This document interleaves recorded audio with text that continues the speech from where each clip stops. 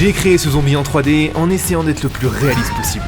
Donc installe-toi et laisse-moi t'expliquer comment j'ai fait de A à Z pour obtenir un personnage sur Blender qui est plus mort que vivant. Et surtout, est-ce que tu arriveras à le regarder jusqu'au bout ?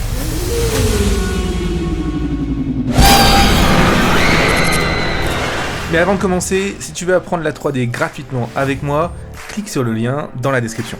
Alors comment je fais ce fameux zombie, tu vas voir, c'est plutôt intéressant. Donc je vais te montrer un petit peu le process. Le process, donc le premier truc que j'ai fait, c'est qu'en fait je suis parti d'un modèle que j'ai pris de Make Human et que j'ai modifié, d'accord ? Si tu sais pas ce que c'est exactement Make Human, je te mets une petite vidéo ici en haut à droite pour que tu puisses aller checker comment ça marche, ok ?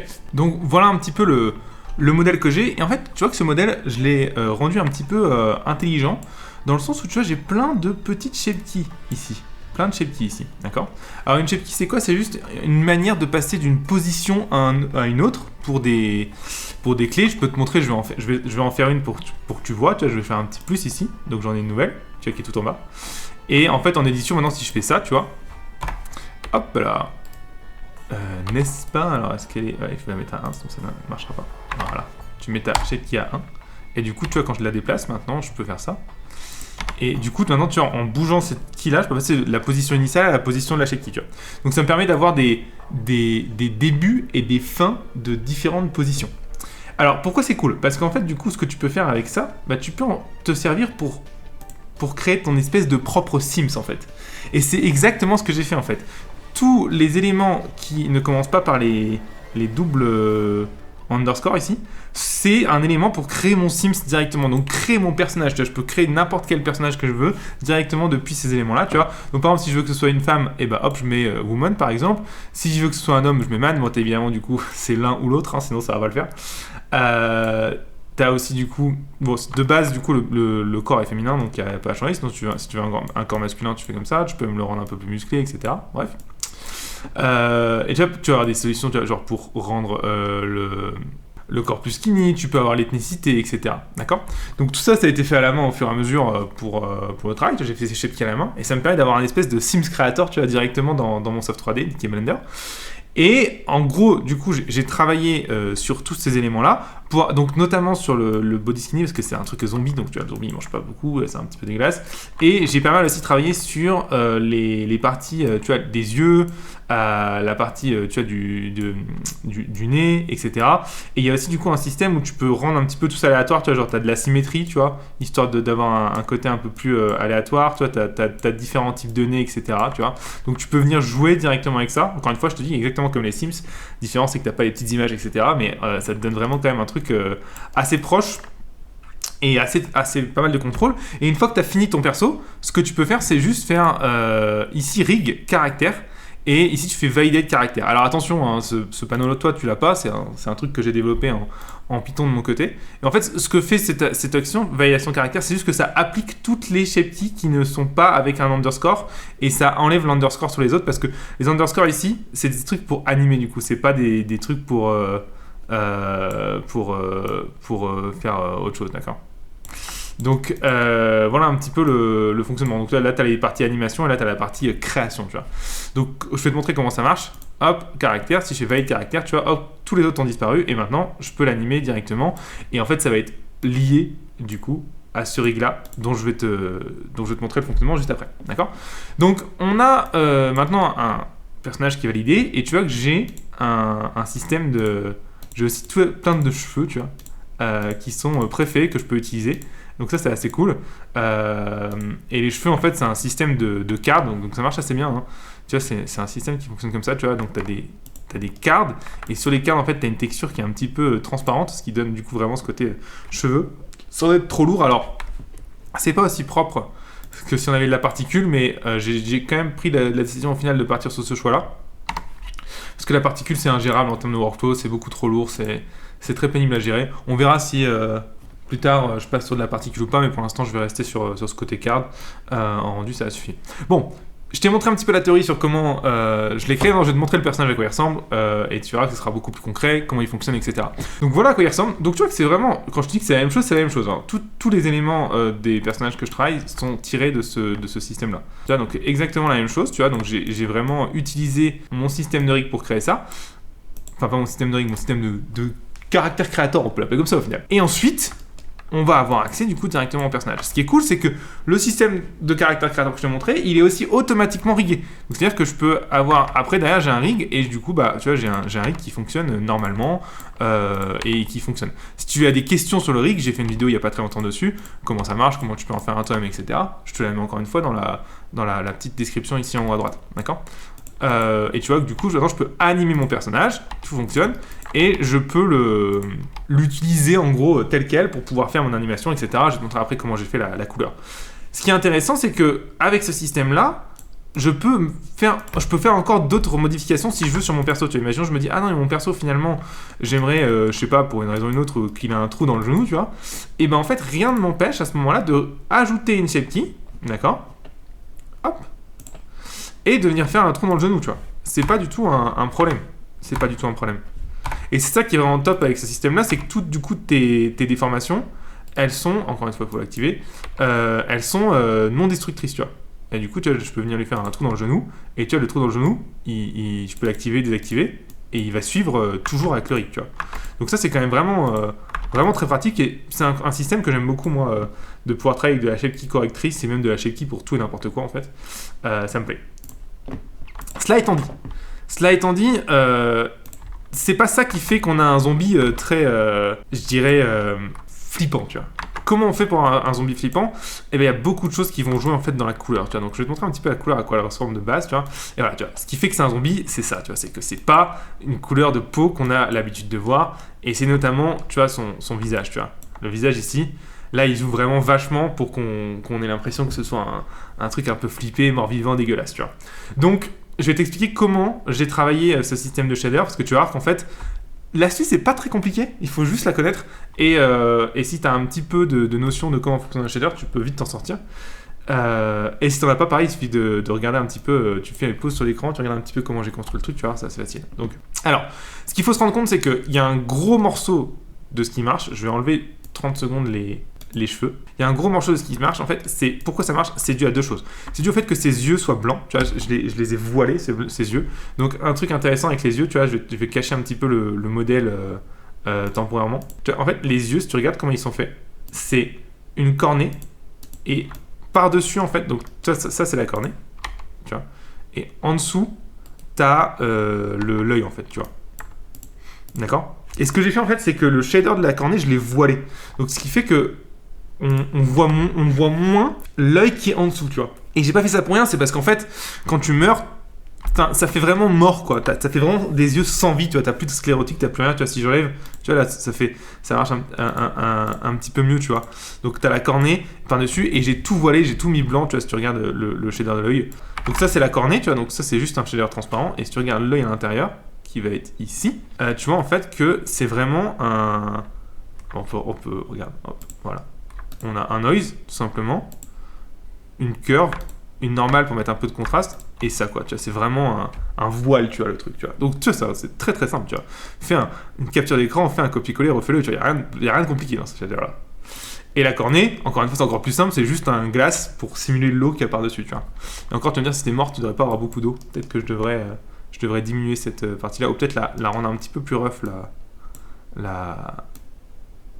ça fait peut-être encore plus mort-vivant, tu vois, là. Parce que du coup, ça fait vraiment mort, tu vois, parce que t'as plus la réflexion, t'as plus d'eau dans l'œil quand t'es mort, tu vois. Donc peut-être qu'on va garder ça, on verra. L'autre truc, du coup, où je me suis pas mal amusé, bah évidemment, c'est sur le shader de la peau. L'autre truc qui fait que ça marche en tant que mort-vivant, hein, c'est il faut absolument noircir les lèvres et les dents. Donc si tu regardes un petit peu si je te réaffiche le rig, et si je t'ouvre un petit peu la bouche, tu vas voir que les dents sont vraiment, elles sont noires, quoi. Il y a rien à en tirer, tu vois. N'est-ce pas? J'ai pas mes dents. Pourquoi j'ai pas mes dents? Si, tu vois, elles sont tellement noires qu'on les voit pas, tu vois. Et je peux te les montrer en les sortant avec le rig, parce qu'on a j'ai mis un système en place pour les sortir, tu vois. Voilà, tu vois. C'est ultra noir, tu vois. Et pareil, en fait, hein, c'est juste un noise avec un peu de bump, tu vois. C'est noise avec un map range et de la couleur, mais il n'y a rien de compliqué, tu vois. Rien de compliqué. Si tu sais faire un petit peu de shader, si évidemment ça t'es complètement paumé, je t'invite à regarder je vais te mettre une vidéo à droite sur la base vraiment des shaders dans Blender, comme ça te permettra de pouvoir capter un petit peu comment c'est fait. Mais sinon, tu as un petit peu de base en shader, c'est très simple C'est très simple en termes d'utilisation. Et c'est tout, quoi. Il n'y a rien de plus compliqué que ça. Alors, on va attaquer le gros du truc, c'est la partie peau. Tu vois, comment j'ai travaillé la peau, parce que c'était franchement le travail le plus difficile. Donc, tu vois, premièrement, je me suis dit, il me faut 3 trucs. Je veux avoir une peau normale, et par-dessus la peau normale, je veux venir ajouter des zones noires, comme si la peau était nécrosée, elle était morte, tu vois. Donc, en gros, on va avoir 2 éléments, tu vois, l'élément de la peau et l'élément de la nécrose. Donc, comment ça marche? En fait, en gros, toute la partie à gauche, c'est la nécrose, et toute la partie à droite, c'est la peau. Et alors, je peux te montrer un petit peu comment ça marche. Le shader de peau est largement plus compliqué que la nécrose, d'accord? Regarde un petit peu. Si ici, je viens enlever tu vois, la partie nécrose, tu vois, on voit qu'on commence à avoir de plus en plus de peau. Et la partie ici qui va nous dire, hop, où est-ce qu'on va là j'ai que la peau, tu vois. Et là, j'ai que de la nécrose, tu vois. Ça, c'est la partie avant-après. Et après, j'ai un petit peu rendu la peau bleue pour avoir un truc plus... Tu vois, là, c'est comme si elle était nécrosée de partout, tu vois. Donc, tu vois que c'est assez simple, parce que ça, en fait, finalement, c'est juste des masques, tu vois. Comment j'ai fait les masques? En gros, c'est des masques que je suis venu peindre avec le Texture Paint. Et il y a une petite astuce, une fois que tu as un Texture Paint, tu peux balancer un noise dedans avec cette astuce-là, tu vois. Genre ton noise, ton add, un multiply, tu mets les coordonnées d'UV où est-ce que tu as peint, et tu mets ça dans un mix, et ça fait un truc, tu vois, ça te permet de déformer ta texture, tu vois. Genre ça, c'est avant. Ça, c'est vraiment ce que j'ai peint, tu vois. Et ça, hop, avec le noise, ça va te déformer ça, donc ça rend un truc un peu plus crado. Et du coup, ça te donne un masque. Et le masque, en le mettant dans ton mix qui va être là, tu vois. Ah, par contre, ça c'est un peu pénible, ces nouveaux trucs là, j'arrive pas, je galère à chaque fois à taper. Et bah, ça va te permettre du coup d'avoir un côté où, ah bah oui, là j'ai une partie nécrosée, la partie blanche elle est nécrosée, la partie noire c'est la peau, tu vois. Et alors, on va juste du coup se poser la question de, ok, comment fonctionne du coup la peau, d'accord? Hop, hop, donc ça c'est vraiment la peau de base, tu vois. Donc vraiment le shader de peau de base. Et en fait, là tu te rends compte que le shader de peau, par contre pour le coup lui il est un peu plus compliqué, et il y a d'autres groupes dans d'autres groupes, etc. Enfin c'est un petit peu le bordel. Mais en fait ce qu'il faut que tu retiennes, c'est qu'on est parti d'un truc de base qui va être le shader principal avec du subsurface. Et après tout le reste en fait c'est juste des noises et de la variation de couleur, roughness et normal map. Normal map notamment pour créer ces petites imperfections qu'on va avoir au niveau de la peau, etc. Tu vois. Mais c'est pas plus compliqué que ça en fait. Et le reste après c'est toute une question de comment faire tes masques pour avoir les petits points au bon endroit, etc. Pourquoi c'est si compliqué aussi? C'est parce que tout le shader est full procédural, tu vois. Donc ça me permet, avec le rig après coup, tu vois, si je te montre, de pouvoir contrôler la couleur de ses joues, ce genre de trucs, tu vois. Genre par exemple, je peux la rendre vénère, tu vois, si je veux. Tu vois, elle se met à avoir des veines. Je peux changer la couleur de ses joues, tu vois, ou je peux aussi lui dire mes joues qu'elles jouent, elles sont plus ou moins fortes, tu vois. Je peux changer la couleur de la tête en général, tu vois, si je veux la rendre plus bleue, machin. Donc ça c'est assez cool parce que ça me permet directement de pouvoir toi-même gérer la couleur de ses lèvres, etc. Ça me permet du coup directement, et évidemment tout ça est animable, donc ça me permet directement de pouvoir gérer l'aspect de mon shader en animation quand j'anime derrière, et c'est évidemment très pratique parce que quand tu es un personnage et que par exemple tu t'énerves, tu vois, ta peau va avoir tendance à rougir, quand tu flippes, tu vas avoir tendance à te bleuter un petit peu, etc. etc. Donc tu as besoin d'avoir cette variation de couleurs qui soit animable, d'où le fait qu'on a beaucoup d'éléments qui sont procéduraux, et c'est ce qui explique pourquoi le shader de skin est si compliqué en fait. C'est pour amener cette procéduralité. Cela étant dit, du coup, on va avoir simplement après derrière la nécrose qui est assez, comme tu l'as vu, assez simple là, pour le coup, et puis c'est tout quoi. Donc ça va dans le skin color, ça va dans notre facteur, et globalement on a notre nécrose en place. D'accord. Et évidemment, j'avais du coup un petit peu terni la peau, je l'avais tiré vers les bleus pour vraiment donner ce côté mort vivant. Ok. Et globalement, bah, t'as un petit peu le système qu'on a utilisé pour faire ce zombie en fait. Hein. C'est pas beaucoup plus compliqué. Alors tu lui rajoutes les cheveux. Tu vois que les cheveux ont aussi un rig. Tu vois, je peux bouger un petit peu les cheveux comme je veux. Alors à savoir que c'est pas le rig le plus pratique. Donc c'est pratique pour des scènes où ça bouge pas trop. Les scènes où ça bouge de masse, on va mettre en place un close par-dessus, et c'est le close qui va prendre la main, parce que sur les scènes où elle bouge beaucoup, les cheveux c'est infernal à animer. Mais globalement, tu vois que c'est pas hyper compliqué, tu vois, et on voit déjà qu'on a vite ce côté un peu mort-vivant fantôme, et en vrai, il y a énormément de cet effet qui vient de ça, en fait. Hein, le fait que l'œil soit pâle, blanc, c'est ce qui donne vraiment ce côté mort-vivant. Comment on a trouvé cette idée? Simplement en regardant des références. Hein. L'idée, c'est que tu vas avoir des références et tu vas voir que ça va tout de suite te donner des solutions, d'accord? Alors, j'aimerais te montrer un petit peu pour terminer, et puis après, à la fin de la vidéo, je te montrerai un petit peu à quoi ça ressemble dans le work in progress du film qu'on est en train de faire, histoire que tu aies une idée de où est-ce que ça va. Mais j'aimerais te montrer un petit peu aussi comment on peut l'animer, en fait, ce perso, parce que je t'ai pas montré toute la partie animation faciale qui, je pense, est quand même vraiment intéressant. Donc, on a un système où on va avoir un petit truc facial comme ça, que tu peux mettre un petit peu n'importe où, d'accord? On s'en fout en fait de où est-ce que c'est. Donc souvent moi ce que j'aime bien faire c'est que je le mets n'importe où et en fait j'ai un petit raccourci qui me permet de faire directement ici set view to face rig. Pareil c'est du script hein, donc c'est comme ça. Et ce qui est cool c'est qu'avec ce petit panneau là va contrôler ici le visage de mon personnage, tu vois. Donc je te montre un petit peu ce que ça donne, regarde. Donc je peux avoir accès à tout ce qui va être sa mâchoire, etc. Ici, d'accord. D'ailleurs, on voit beaucoup trop de bones, on va juste afficher les FK pour l'instant. Voilà. Hop, tu vois, je peux avoir accès à sa mâchoire, à son cou. Enfin, rien de particulièrement, on va dire, très impressionnant. Mais ce qui est cool, c'est que, donc tu vois, je peux avoir accès aussi à ça. Et ça va me donner un accès directement à l'animation de ses émotions, en fait. D'accord. Donc, par exemple, toi, si je ferme la bouche, si je peux gérer ses émotions directement là, tu vois, là j'ai accès à ses sourcils, même celui ici. Je vais avoir accès à est-ce que j'ai mon œil fermé ou ouvert. Est-ce que tu vois, je peux bouger le bas. D'ailleurs, on peut peut-être faire un truc un peu cool, juste histoire de voir ce qui est possible de faire, tu vois. Je peux avoir accès aux muscles qu'on a au niveau des narines. On a essayé de caler ça sur des muscles vraiment qui étaient humains, tu vois. Donc ça nous permet d'avoir vraiment un côté où j'ai vraiment un contrôle qui est quand même vraiment assez élevé, tu vois, sur la partie musculaire. Et derrière, ensuite, tu peux venir, hop, changer ça, adapter ça avec la partie du coup de ta mâchoire, tu vois. D'accord?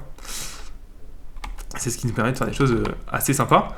Et tu as aussi des contrôleurs, évidemment, pour si je te raffiche tout, tu as aussi des contrôleurs, évidemment. Hop là, tac, merci. Tu as aussi des contrôleurs, évidemment, pour la langue. Tu vois, hop. Je peux adapter les dents si jamais.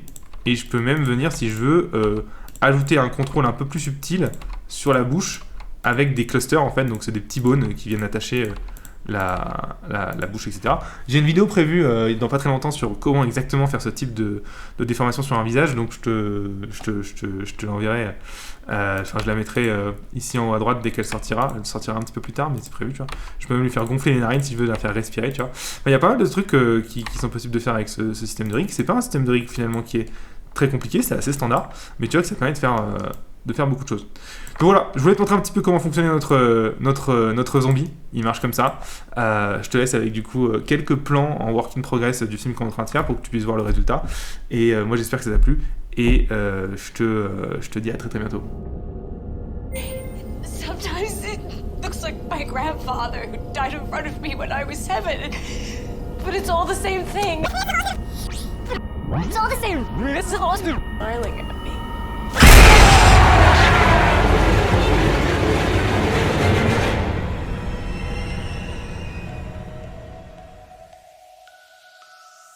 Bon, déjà, félicitations d'être arrivé jusqu'ici. Crois-moi, tu fais partie de la minorité.